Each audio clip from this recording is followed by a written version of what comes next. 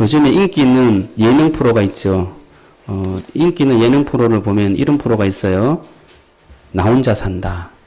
또 미운 오리 새끼. 이런 거 혹시 보셨어요? 예, 보신 분 있고 경건하게 사시는 분도 있는 것 같습니다.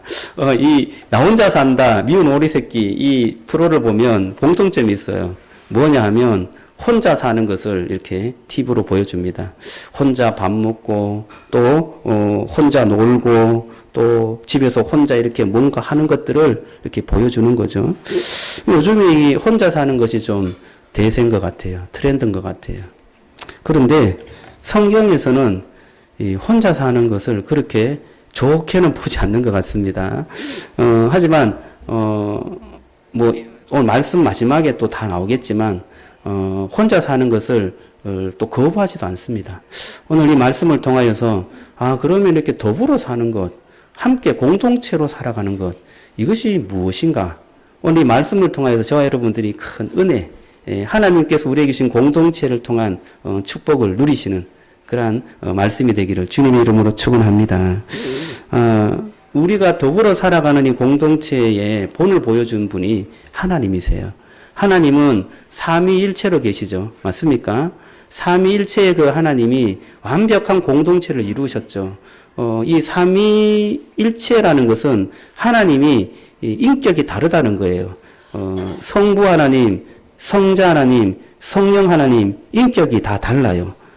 우리가 이름이 다 다른 사람이듯이 이 이름이 다른 하나님은 인격이 다릅니다. 그런데 이 삼위 하나님이 완전히 하나의 그런 모습으로 교제하시고 공유하시고 또 함께 교류하십니다. 이게 바로 삼위일체인데 본성이 하나라 그렇게 말합니다. 이처럼 하나님은 이 공동체의 완벽한 그 조화로움, 아름다움을 우리에게 보여주고 있습니다. 자, 그러면 이 하나님처럼 이렇게 아름다운 그런 공동체를 이루면서 살아가면 얼마나 좋을까요? 우리가 이렇게 더불어 살아가는데 주님께서 우리와 함께하는 공동체처럼 그런 공동체를 이루고 또 가정도 그런 가정을 이루면 얼마나 행복하고 아름다울까요? 오늘 말씀을 통하여서 그런 아름다운 공동체를 꿈꾸어 가시기를 주님의 이름으로 축복합니다. 자, 그런데 오늘 이 18절을 보면 한 몸이 되는 과정에 있어서 좀 좋지 않은 부분이 있다라고 그렇게 말씀하고 있습니다. 18절 한번 읽어볼까요? 상반절만 한번 읽어보겠습니다. 자, 시작. 여호와 하나님이 이르시되 사람이 혼자 사는 것이 좋지 아니하니. 예, 그까지 읽겠습니다. 예. 자, 좋지 않은 것이 있는데 어떤 것이 좋지 않아요? 혼자 사는 것이 좋지 않다 그렇게 말합니다. 혹시나 독신이나 싱글로 계시는 분은 마음이 좀 움찔할 것 같은데요. 전혀 그렇지 않습니다. 오늘 이 좋지 않다는 표현은, 이후에 하나님의 그 약속이 성취될 것을 말하고 있습니다. 지금까지 하나님께서는 창조해서 다 좋았죠. 그렇지 않습니까? 물고기를 만들고 공중에 새를 만들어서 좋았더라.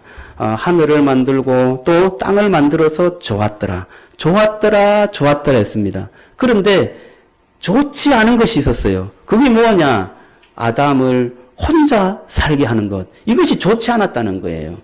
자, 그러면 좋지 않은 것이 좋게 하나님께서 창조하실 줄로 믿습니다. 아직까지 진행 과정이기 때문에 지금 이렇게 혼자 살아가는 것이 하나님께서는 창조의 완성이 아니다. 이것은 완벽한 창조가 아니기 때문에 좋지 않았다라고 표현하는 거예요. 그러면 완벽한 창조가 이루어지면 좋았더라는 표현이 나오겠죠. 맞습니다. 그래서 이 하나님의 그 사람, 이 아담과 그 짝을 통하여서 아담과 하와, 남자와 여자를 통하여서 완전한 조화를 이룰 때 하나님께서는 좋았더라라고 표현해 주시는 것입니다. 자, 그러면 하나님께서 이러한 어떤 여자를 창조한 후에 인간 창조를 완벽하게 끝내는데, 자, 그러면 그 여자라는 존재는 어떤 존재인가? 예. 우리 여성분들이 좀 긴장하는 것 같아요. 여자라는 존재는 그럼 어떤 분인가? 오늘 이 말씀을 통해서 보면요. 이 여자라는 이 존재가 대단한 것 같아요. 좀 기대하시면 좋겠어요. 돕는 배필이다. 그렇게 말하고 있어요. 돕는 배필. 이 돕는다는 말은 에제르라는 히브리 단어를 쓰는데 이 단어가 쓰이는 곳은 되게 독특해요. 어떤 곳에 쓰이냐 하면 하나님이 이 돕는 하나님과 함께 쓰이는 그러한 사용률이 높은 단어가 바로 이 에제르입니다. 예를 들면 시편 121편 2절에 보면 이런 말씀이 있어요. 제가 읽어드릴게요. 나의 도움은 천지를 지으신 여호와에게서로다. 나의 도움은 천지를 지으신 여호와에게서. 하나님께서 사람을 돕는 자로 나오죠. 천지를 도우신, 그러니까 천지를 지으신 하나님께서 사람을 돕는 자로 그렇게 말하면 이때 도움이라고 했을 때 이 단어가 에제르입니다. 이 에제르는 약한 자에게 강한 자가 돕고 불완전한 자에게 완전한 자가 도울 때 사용되는 것이 에제르예요. 우리가 생각할 때는 약한 자가 강한 자를 돕고, 그러니까 강한 자가 있으니까 약한 자가 조금 강한 자의 힘에 밀려서 돕는 자가 되고, 또 완전한 자가 불완전 자로 인하여서 좀 허드렛 일을 해서 완전케 하라. 뭐 이렇게 사용할 수 있을 것 같은데 이 에제르라는 단어는 그렇지 않다는 거예요. 완전한 자가 불완전한 자를 도울 때 사용된다는 것입니다. 특별히 이 70인역이라는 성경이 있는데 구약 히브리 성경을 헬라어 성경으로 옮겨놓은 그러한 고대 성경입니다. 이 70인경에 보면 에제르를 헬라어로 보에도스라고 번역하는데 이 보에도스가 신약 성경에 몇 번 쓰였습니다. 그런데 이럴 때 사용되었어요. 결코 도움이 필요 없는 더 강력한 자에게서 오는 도움을 표현할 때 이 보에도스라는 단어를 사용했다는 것입니다. 우월한 군대, 우월한 크기 때문에 도움을 요청받을 때 이 보에도스, 에제르가 사용되었습니다. 이것을 보면 이 돕는 배필이라는 이 배필은 돕는 자보다는 우월한 존재라는 것을 알 수가 있습니다. 혹시 여성분들 조금 이제 어깨가 좀 뿌듯합니까?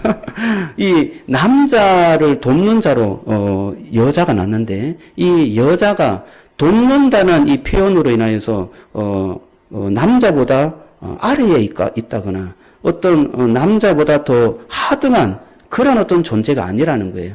이 돕는다는 이 단어 자체가 우월한 위치에서 돕는다는 것을 말해주고 있습니다. 그래서 여자가 나타날 때 이 여자는 좀 우월한 존재로서 남자와 한 몸이 되기 위해서 또 하나가 되기 위해서 여자가 남자를 돕는 그러한 위치에서 하나님께서 창조하셨다. 이것을 조금 더 좀 쉽게 좀 설명할까 고민했는데요. 하나님은 삼위일체 공동체라는 것이 조금 힌트가 되었습니다. 이 삼위일체 공동체에 돕는 자가 누군가? 돕는 자가 있을까? 조금 생각해 보니까 성부 하나님, 성자 하나님을 돕는 자로서의 성령 하나님이 계시는 것 같아요. 성자 예수님께서 성령 하나님에게 별명을 하나 붙여줬는데 요한복음에 보면 보혜사 성령이라고 별명을 붙여줬어요. 이 보혜사라는 뜻이 변호사 혹은 상담사 이런 뜻이 있어요. 그런데 그 뜻과 함께 헬퍼, 돕는 자라는 뜻이 있어요. 그래서 이 성령은 성자 하나님을 돕고 성부 하나님을 돕는 그런 어떤 돕는 자로서의 역할을 이 성령님께서 하신 것입니다. 자, 이 성령님께서 돕는 자 역할을 하지만 성자 예수님보다 성부 하나님보다 더 낫고 천한 그런 하나님입니까? 그렇지 않아요. 성령 하나님은 이 본질적으로 동등한 분이에요. 그러면서 뭐예요? 그 모든 인격을 다해서 성자 예수님을 돕고 또 성부 하나님을 최선을 다해서 사랑하고 섬기며 돕는 그런 어떤 위치, 그런 사역을 이 성령 하나님께서 하신 것입니다.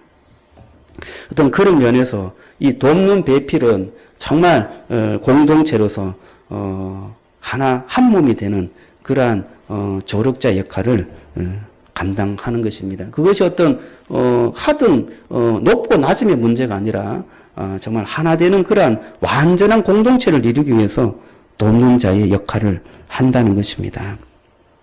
돕는 배필을 만들어주기 위해서 하나님께서 또한 특별한 작업을 하시는데 피조물을 아담에게로 이렇게 이끌어와요. 그래서 아담이 무엇을 하는가? 예수님께서 좀 지켜보는 것 같아요.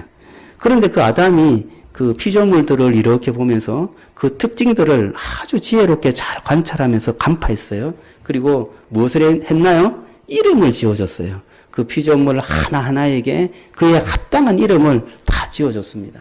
성경에서 이름을 지어준다는 것은 지배한다는, 통치한다는 의미가 있어요. 그래서 이름을 부여받는 쪽에게 그 지배를 받는, 통치를 받는 그러한 어떤 구조가 이 성경에 계속해서 나타납니다. 아담은 이름을 지어주면서 이 피조물을 다스리기를 원했던 것입니다. 하나님의 그 다스림을 위임받아서 아담은 이 피조물을 다스리는 그러한 놀라운 그 지혜와 지식의 그 힘을 발휘한 것입니다. 자, 그런데 이름을 다 지으면서 보니까 뭔가 조금 그 피조물을 보면서 자기에게 없는 것이 보였어요. 그게 뭘까요? 피조물들은 다 짝이 있었어요. 가축도 짐승도 다 짝이 있는데 이름을 짓다 보니까 나에게는 짝이 없는 거죠. 나에게는 왜 짝이 없는가? 그것을 깨닫게 해주신 것 같아요. 저는 이 하나님께서 이런 어떤 사역들을 하는 거 보면서 참 하나님은 대단하시다. 하나님은 강요나 강압으로 인간을 인도하지 않는 것 같아요. 하나님은 인간의 그 인격을 굉장히 존중해 주는 것 같아요. 그래서 하나님께서 철저하게 계획하고 철저하게 인도해 주셔서 인간이 그것을 보고 깨닫고 느끼도록 하면서 하나님 앞에 순종하는 삶을 살 수 있도록 하나님께서 조치를 해 주시는 거죠. 그것을 보면서 참 하나님께서는 인간에 대한 배려심, 존중이 대단하시다. 그런 생각이 들었습니다. 우리가 가지고 있는 그 인격, 우리가 가지고 있는 그 자유로 인하여서 우리만 위해서 살려고 생각하는 그러한 참으로 자기중심적인 죄가 우리에게 있습니다. 타락한 이후에. 그런데 하나님께서는 인간을 창조하셨을 때 하나님의 형상을 부어주어서 하나님께서 보여주는 그러한 어떤 그림대로 인간들이 그것들을 보면서 자기의 인격을 동원해서 하나님과 깊은 교제를 하고 하나님께 예배드리는 그러한 존재로 우리를 창조하셨다는 거예요. 여러분의 인격을 들여서 여러분이 결정한 스스로 자유롭게 결정한 그 결정으로 주님께 감사하고 주님께 예배드리고 주님께 깊은 교제를 나누는 그러한 은혜가 여러분에게 있기를 주님의 이름으로 축원합니다. 그런데 우리가 잘 못하죠. 우리는 우리만 위해서 살려고 계속해서 발부둥칩니다. 예수 그리스도께서 우리에게 강력한 은혜를 부어주시고 강력한 그러한 사랑을 부어주셔서 우리가 결정하는 잘못된 결정을 하지 못하도록 주님께서 엄청난 일들을 보여주셔서 거기에 감격함과 기뻐함으로 우리의 인격을 드릴 수 있는 그러한 놀라운 하나님의 계획과 사랑을 우리에게 보여주신 것입니다. 그 사랑에 힘입어서 여러분의 인격을 들여서 주님을 찬양하고 영광 돌리는 그러한 삶을 살아가는 축복이 있기를 주님의 이름으로 축원합니다. 하나님께서는 아담을 깊이 잠들게 했어요. 그리고 그에게 갈빗대를 취하는데 여기서 좀 중요한 그 스토리가 나옵니다. 조금 더 집중해 주시면 더 감사하겠어요. 이 갈빗대라는 것을 취할 때 아담을 잠들게 했죠. 이 갈빗대라는 것은 이 단어가 갈빗대로 해석했는데 그 원어를 조금 더 살펴보면 갈빗대는 이 본문밖에 없어요. 다른 데서는 다 옆구리라고 번역했습니다. 옆구리. 그래서 아담의 옆구리를 취해서 하나님께서는 여자를 만든 겁니다. 자, 마치 잠들게는 왜 했을까요? 이 아담이 잠이 들어서 하나님께서 하시는 일을 못 봤죠. 하지만 하나님께서는 그 아담의 살을 찢으셨어요. 그리고 그 옆구리에 하나님의 능력을 넣으셔갖고 거기에 뼈와 살, 물론 갈비뼈도 취했을 것 같아요. 또 살도 취했을 것 같아요. 이 아담의 것을 아담의 몸에 있는 그 몸을 취해서 뭐예요? 하나님은 아담과 동일한 하와를 만든 것입니다. 옆구리를 찢어서 돕는 배필의 재료를 삼은 것입니다. 중요한 것은 아담의 옆구리를 찢고 그 옆구리의 아픔과 고통을 수반한 채 여자를 낳았다는 것입니다. 아담이 고통스러운 헌신으로 여자를 낳았지만 그 이후에는 여자의 아픔을 통하여서 남자가 태어납니다. 이 고통을 수반한 후에 생명이 잉태되는 것입니다. 예수님께서 영적인 생명을 잉태할 때 어떻게 잉태하셨냐? 저는 아담이 여자를 잉태하고 또 여자가 남자를 계속해서 잉태하고 여자의 후손을 낳을 때 고통을 수반하면서 해산의 고통을 수반해서 생명을 낳잖아요. 이 아담의 옆구리를 찢으면서 생명을 잉태하는 것을 보면서 둘째 아담인 예수님이 이 세상에 오셨을 때 영적인 생명을 잉태할 때 어떻게 잉태했을까? 여러분, 예수님께서는 십자가에 죽으셔서 피를 흘리셨습니다. 그런데 요한복음에 보면 이런 표현이 있습니다. 그중 한 군인이 창으로 옆구리를 찌르니 곧 피와 물이 나오더라. 예수님께서 십자가에 달리셨을 때 옆구리가 터졌어요. 옆구리가 찢어졌어요. 거기에서 피와 물을 쏟으셨습니다. 여러분, 피는 어떤 의미일까요? 이 성경에서 피라는 것은 생명을 뜻합니다. 이 피를 뿌릴 때 생명을 염두에 둬서 피를 뿌리는 것을 구약과 신약에서는 계속 보는데, 예수님께서 옆구리에서 피가 쏟아지는 것은 생명이 쏟아지는 것을 의미한다고 볼 수 있습니다. 예수님은 십자가에서 죽으시면서 자기의 옆구리를 찢으셔서 영적인 생명을 잉태하신 것입니다. 여인이 출산할 때 피와 물을 흘리면서 생명을 낳듯이 예수님은 옆구리에 피와 물을 흘리면서 하나님의 백성을 잉태하고 하나님의 백성을 출산하신 것입니다. 아담이 옆구리에 살을 찢어서 생명, 하와의 의미가 생명이에요. 생명을 얻었듯이 둘째 아담인 예수님께서 옆구리를 찢어서 생명을 얻은 것입니다.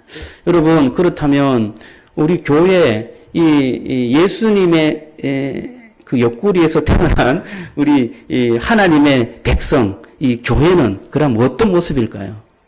교회는 그리스도와 연합된, 그리스도와 함께한 연합된 공동체임을 믿으시기 바랍니다. 주님이 우리의 부모님 되셔서, 주님이 우리의 엄마, 아버지 되시죠. 그래서 그 주님의 사랑을 입고 태어난 사람들이 다 우리 교회 공동체인 것입니다. 예수님께서는 자기의 피와 고통 속에서 생명을 낳았고 그 생명을 통하여서 교회를 세웠습니다.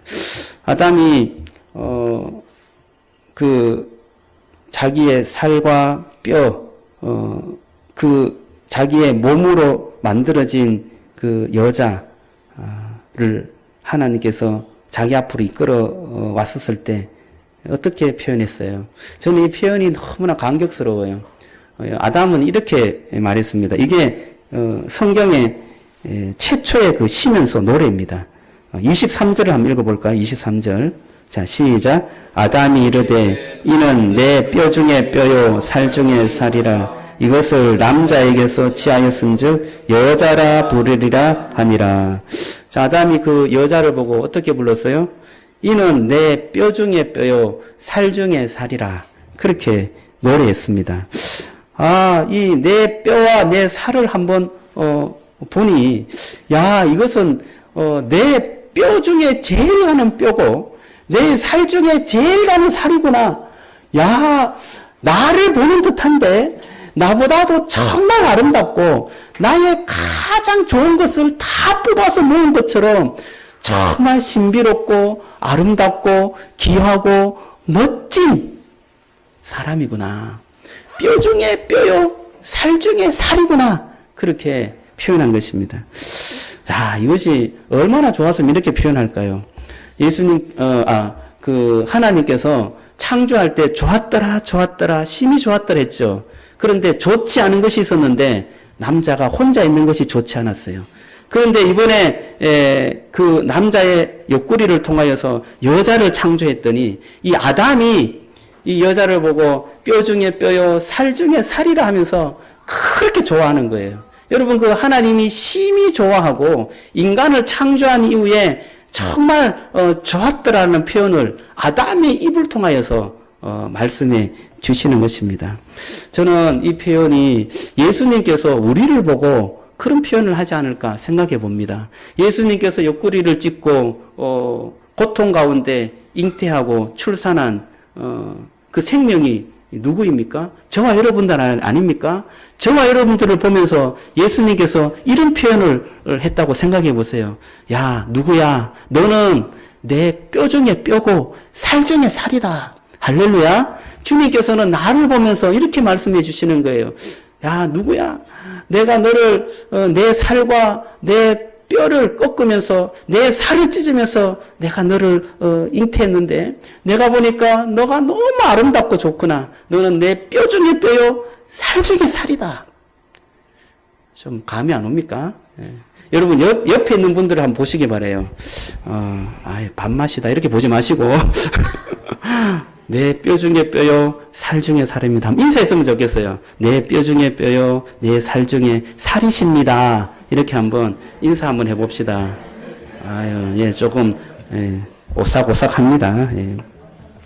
주님께서 우리를 바라볼 때 그런 마음으로 바라보신다는 거예요. 내 뼈 중에 뼈요, 내 살 중에 살이다. 돕는 배필이 있다는 것은 우리가 약하다는 것을 말합니다. 도움이 필요한 존재입니다. 내가 돕는 배필로 있다는 것은 상대방의 부족한 것을 보이면 내가 도와줄 수 있는 존재다라는 것을 느끼는 거죠. 돕는 배필의 어떤 의미가 그런 의미예요. 상대방의 뭔가 실수나 잘못을 볼 때, 이것을 인하여서 내가 필요하구나. 여러분, 여러분의 배우자의 잘못이나 또는 실수를 보면서, 내가 이것 때문에 내가 돕는 배필이 되었구나.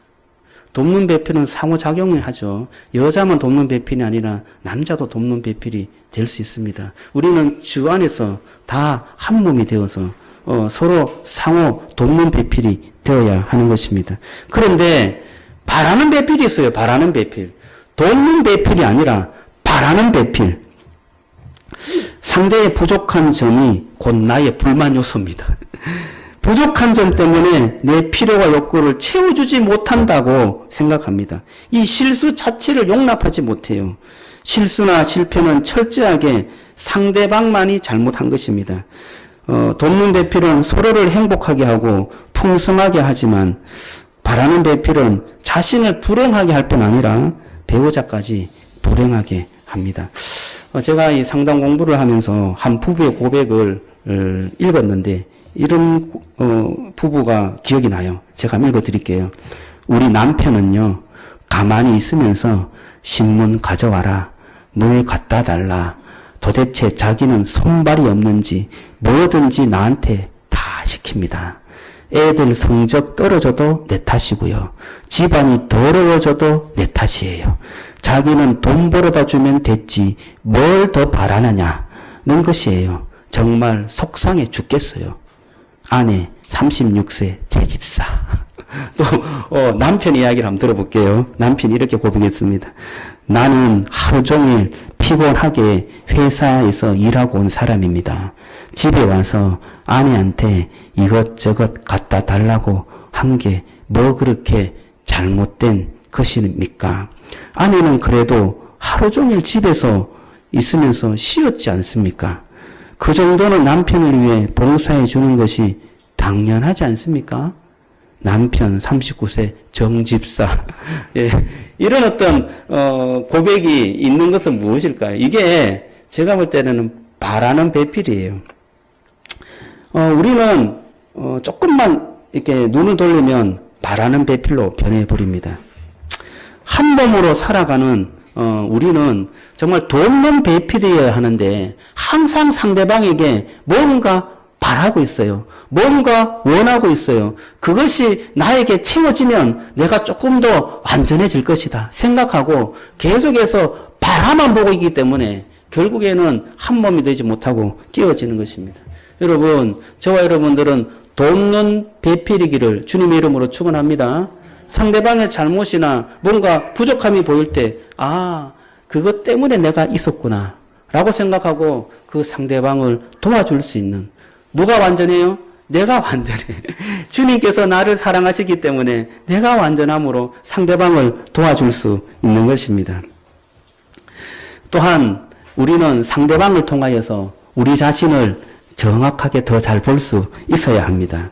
돕는 자를 통해서 내가 선명하게 보여야 되는데 내가 죄인이고 내가 연약하고 내가 교만하다는 것이 보여야 합니다. 그 때문에 상대방이 나를 돕는 자로 존재해 있고 또 나도 상대방을 돕는 자로 존재해 있다는 것을 느끼게 되는 것입니다. 여러분, 정말 진정한 돕는 배필이 누구일까요? 저는 오늘 이 말씀을 묵상하면서 마지막으로 저와 여러분들에게 진정한 돕는 배필은 예수님이라고 믿습니다. 여러분, 예수님께서 완전하셔서 우리를 돕고 계심을 믿으시기 바랍니다. 계속해서 오늘 이 말씀을 들으면 혹시나 좀 싱글로 계시는 분은 이것은 오늘 말씀이 나한테 좀 적응이 안 되는 말씀인 것 같아. 그런 생각을 하실 수 있습니다. 고린도전서 7장 8절에 보면 이런 말씀이 있어요. 혼자 사는 싱글에게 결혼을 제가 강요하고 싶진 않습니다. 그러나 아름다운 싱글로 살아가야 되지 않겠습니까? 아름다운 싱글. 그 아름다운 싱글이 뭐냐? 고린도전서 7장 8절에 보면 이런 말씀이 있어요. 내가 결혼하지 아니하는 자들과 가부들에게 이르노니 나와 같이 그냥 지내는 것이 좋으니라. 여러분, 할렐루야. 네, 할렐루야가 적습니다. 결혼하는 것도 좋은데, 결혼하지 않는 것도, 그렇게 나쁜 것은 아니다. 그런데 중요한 것은 뭐냐? 결혼을 하면 그 결혼이라는 제도를 통하여서 누가 보여요? 정말 돕는 배필인 예수 그리스도가 더 잘 보일 수가 있어요. 그러나 싱글이더라도, 독신이더라도, 하나님께서 나와 함께 하시고 예수 그리스도께서 나와 돕는 배필이 되어서 함께 살아갈 수 있다면, 함께 산다면 그것만큼 행복한 인생이 어디에 있겠느냐, 그렇게 말합니다. 사도 바울이 고린도전서 7장에서 말하면서 이런 말을 해요. 반드시 하나님 나라가 속히 올 것이다. 하나님 나라가 이 세상을 통치하면 이 세상에 있는 모든 것들은 다 사라지는데 그 하나님 나라가 통치할 때 너희들은 정말 완전하게 변화될 것이다. 그때까지 너희들은 독심으로 하나님을 사랑하고 예수를 신랑 삼아서 행복하게 살면 된다. 그렇게 말하고 있습니다. 여러분, 예수 그리스도가 나에게 신랑 될 때 그 신랑으로 인하여서 내 가정이 행복하고 또 나의 삶이 행복하게 될 줄로 믿습니다. 결혼을 해도 내가 예수 그리스도를 신랑으로 모시지 않으면 나의 어떤 육신의 신랑과 나의 가정이 정말 돕는 배필이 아니라 바라는 배필로 바라볼 때 그 가정은 지옥이 되는 것입니다.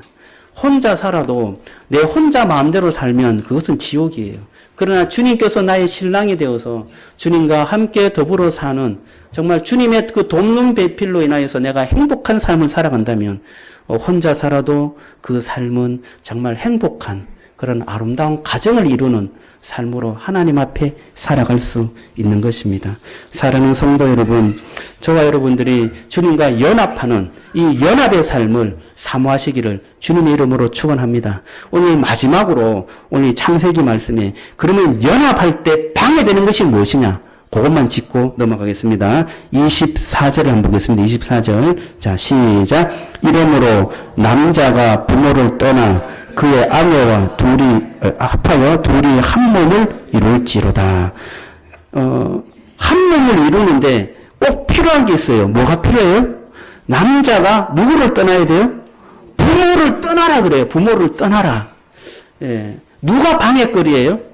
부모가 방해거리예요. 예. 부모님들에게는 죄송합니다만은 이게 우리의 육신의 부모일 수도 있지만 그렇지 않을 수도 있습니다. 부모를 떠나서 한 몸이 되는데 한 몸이 되는 것에 대한 방해거리를 여러분들을 제거해라. 그렇게 말하고 있는 것입니다. 여러분, 신랑이 누구예요? 예수 그리스도가 나의 신랑이라면 신랑과 연합되어서 한 몸을 이루는 것. 그 한 몸을 이루는데 방해거리가 뭐예요? 그것을 제어하라 말이죠. 거기에서 떠나라고 말하고 있습니다. 여러분, 교회는 그리스도의 몸인 줄로 믿습니다. 그리스도의 몸인데 그리스도와 연합된 자들이 모여 있는 곳이 교회예요. 이 교회에서 주님을 바라보지 않고 다른 것을 바라본다면 여러분 그것을 제거하고 거기서 떠나야 될 줄로 믿습니다.